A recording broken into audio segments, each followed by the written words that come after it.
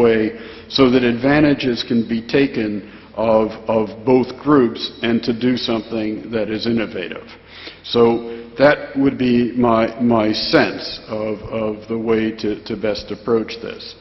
How to try to innovate within a country, or even, again, within a department or an institution or individually, is a very challenging question. And again, I think one wants to watch what's going on in the field and to be very aware of it, but also to not be afraid of doing something new, not be afraid of doing something that hasn't yet been validated by others. It's very hard to know ahead of time what's going to work, but as one says in finance, there is a risk-reward relationship, and some part of an investment portfolio in biomedicine should involve risky endeavors that have the potential to do something that is fundamentally breakthrough. Again, you don't want to do only risky endeavors, and you do want to be very aware of what's going on elsewhere, because there may be opportunities to contribute in a very important way to these emerging areas of science and in particular of biomedicine. But there may be other areas where you think about the problems that are facing the country, and you can think about novel ways of approaching those problems, but you don't know if those novel ways are going to work. And some of the investment should be in that area. So it's really, how does one promote creativity and innovation? And I would say there are two things to keep in mind, and actually a committee that I served on recently in the United States for the American Academy of Arts and Sciences, looking at innovation in our country, has come up with two specific recommendations. The first is support young people. Young people tend to be the most creative and the most innovative, and in many cases, in the U.S. and around the world, have had the most difficulty getting started. So by the time they're established enough to really do something new, they may be past their innovative prime. So to develop programs that specifically support young people to do creative, innovative research, that's one thing that I would argue. The second is to really think specifically about high-risk, high-reward research programs in ways that are separate from standard research, and say a proportion of a research portfolio should be defined specifically for these high-risk programs, and then create an infrastructure, probably governmental, that would say we are going to seek, identify, and support some amount of high-risk research. And I think that combination of a conscious focus on young scientists coupled with a conscious focus on high-reward, high-risk, innovative research can help a country try to do things that are truly innovative, particularly in the context of the interests of that specific country. Prof. Horvitz, I think we have one last question for the day. Professor Lulaimeng. Thank you. Thank you, Professor Horvitz, for a very delightful and inspiring lecture. I'm a professor of pathology at the University of Malaya, a fellow of the Academy of Sciences Malaysia, and also I chair the Medical Ethics Committee at the University of Malaya Medical Center. I'll be very interested and grateful to know your views on the biomedical considerations for very basic research. For example, what considerations do we consider when we're looking at research on single cells like a yeast or a simple worm like a C. elegans? What about other single cells like stem cells and cancer cell lineages and cell lines? Where do we draw the line? And who are the we who draw the line? Let me ask for clarification. What kind of line are we talking about? An ethical line? Bioethical, yes. For biomedical research, what are the ethical considerations? Again, a very complicated question.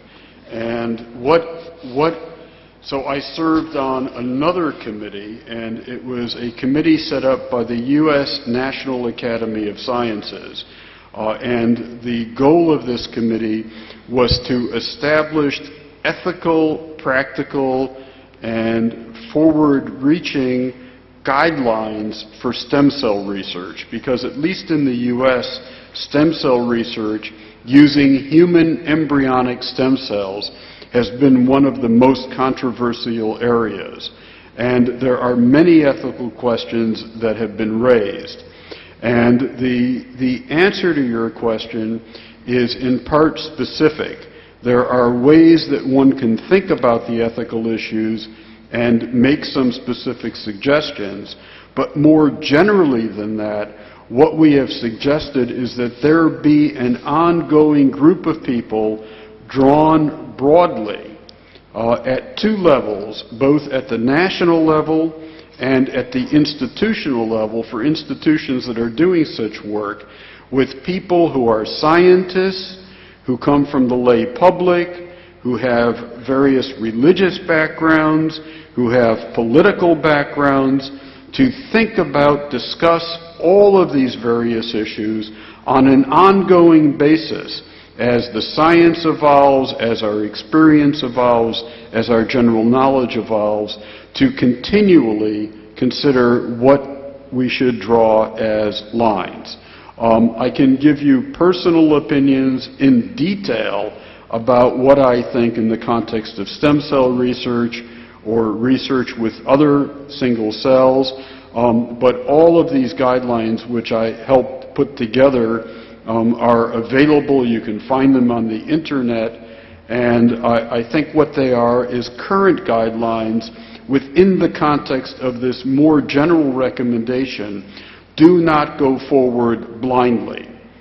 Think about the issues and have a sufficiently diverse, educated, and open-minded set of groups to continue the dialogue at all times. Because what may seem right today, maybe will change tomorrow as we have more information and more experience. So I know that doesn't precisely answer your question, but your question is, in fact, one that many people have spent much, much time considering. It is not a simple question, and I cannot give you a one-sentence answer that would accurately depict what I believe to be the right answer to that.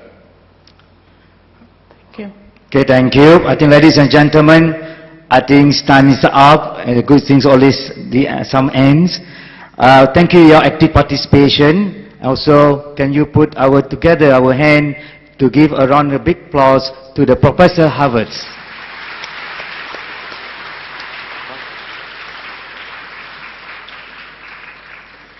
Thank you, Professor Horvitz and Professor Amin, for the wonderful question and answer session. Could Professor Horvitz remain on stage again? We now take great pleasure in inviting Tan Sri Dato Arshad Ayub to present a memento as a token of appreciation to Professor Horvitz. Tan Sri, please.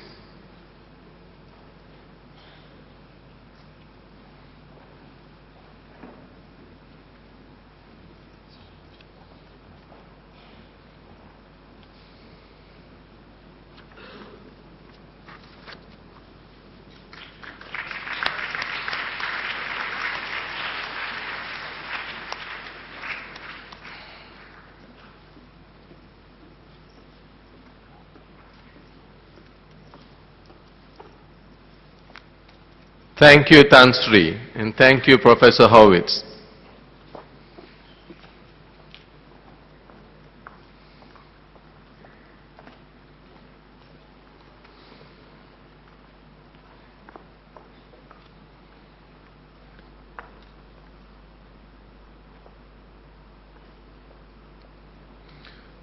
We are deeply honored by the gracious presence of His Royal Highness, the Crown Prince of Perak, Darul Ridwan.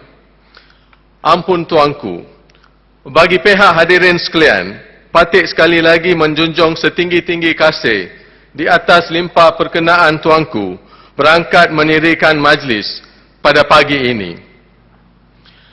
Mengumumkan keberangkatan Juli yang teramat mulia Raja Muda Perak Darul Ridwan, Raja Dr. Nazrin Shah, Tuanku Pro-Chancellor University Malaya, diiringi oleh pengurusi Lembaga Pengarah University dan Naib Chancellor University Malaya.